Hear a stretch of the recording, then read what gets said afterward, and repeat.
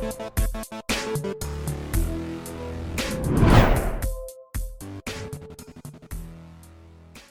going to start with Clyde Edwards-Helaire. Like you said, we saw him rise into damn near top 10 running back status as far as draft capital towards the end of the draft season, especially after Damian Williams went out as well. We obviously didn't get that consistency that we really wanted. We didn't really see many spiked weeks necessarily either. I think his highest point total was just under 21 points.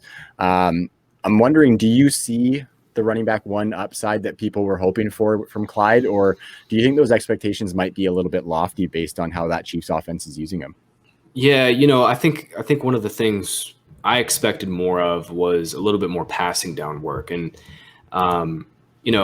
maybe it's just because they have Tyreek Hill and Travis Kelce. There's no reason for them to throw to running backs because, throwing to receivers and tight ends just in general is more efficient, but especially when you have probably the two best position players at their respective positions. So, yeah, Edwards-Helaire, what's weird is Edwards-Helaire's floor was fine. Like, he was consistently giving you 10, 12, 11 points, but obviously where you drafted him most likely was at the back end of the first round. That's not going to get it done. I think the biggest takeaway is like these running backs on very, very pass-heavy teams, like the Bills too. They're just it's really hard for these guys to get it done unless they're getting 5, 6, 7 targets. And, Edwards-Helaire had a few games like that. Yeah. Joe Mixon. Exactly. Yeah. The Bengals were one of the most pass heavy teams in the league. Edwards-Helaire only had 5 games this year where he saw 5 or more targets. His biggest games were actually back in week 1 when he got 25 carries against the Texans and 0 targets. And then he had, a huge game on the ground against the Bills. And I think Andy Reid just found a way to expose that Bills run defense. But yeah, Edwards-Helaire, I still think he still has like low end RB1 upside, but I think myself included, we were all a little bit too sold on the ceiling because when they get in close, man, like it's Kelce and Hill, it's Mahomes running speed options. Like after week 1 where he got 6, 7 inside carries inside the 10-yard line, he didn't have a game where he saw more than 2. And frankly, most of those games, he only got like 1 or nothing. So the touchdown upside, I think, was a little bit overstated for him. And I think his lack of passing down usage was probably not where I expected, and maybe a little bit overstated too, just because Kelce and Hill are that good. Mm-hmm. Yeah, that's kind of the camp that I was in, and definitely not tooting my horn or anything because I still love Clyde. And Ty, you remember the great JT versus Clyde debate of 2020, of course. I'm not rubbing that in or anything, but yeah, I think what you said, Graham, is that like those weapons and the way Patrick Mahomes will always have somebody open downfield, I think limits the dump off necessity for that offense. Yep.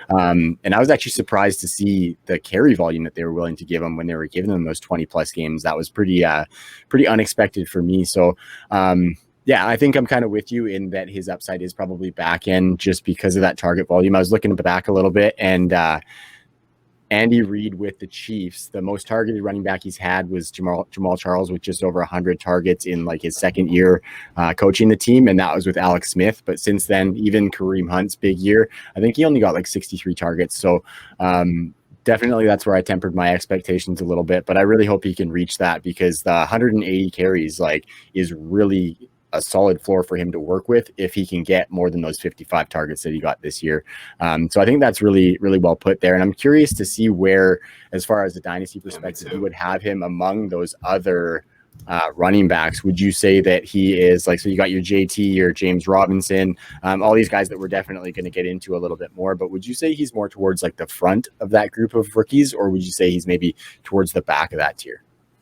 Yeah, now it's hard to go against Taylor. We only have like a 6-game sample, but I think Taylor is probably going to be the consensus one. I think Swift, Dobbins, and Akers will probably be ahead of Edwards-Helaire too.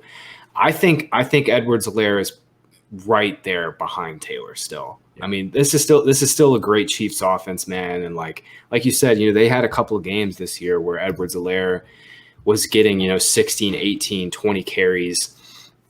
The touchdowns are going to come. They have to come because this offense is just going to give them so many layup opportunities. And the good thing about Edwards-Helaire too is obviously he was a first-round pick. He's going to have the fifth-year option. So theoretically, the Chiefs will pick up that fifth-year option unless he gets hurt or just is, not very good. He will be on the Chiefs guaranteed for the next 4 seasons after this year. So you got that baked in too. And I'm just not going to bet against this Chiefs offense. Even if he gets 220 carries, 65, 70 targets in a season, like he's going to have some big touchdown years just because this offense gives so many opportunities.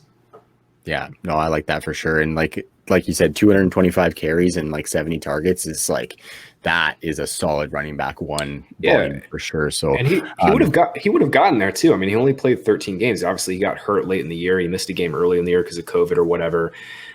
He would have gotten that, just about that 220 target or 220 carries and 7 targets or so. For sure. It's also going to be interesting to see if they try to add to that position too, just with, the previous year they wanted Carlos Hyde to be kind of a second fiddle to Damian Williams or whatever. And then they brought Le'Veon Bell in to be that veteran presence as kind of a secondary runner. So I'm very curious to see that offseason in the running back room for the Chiefs.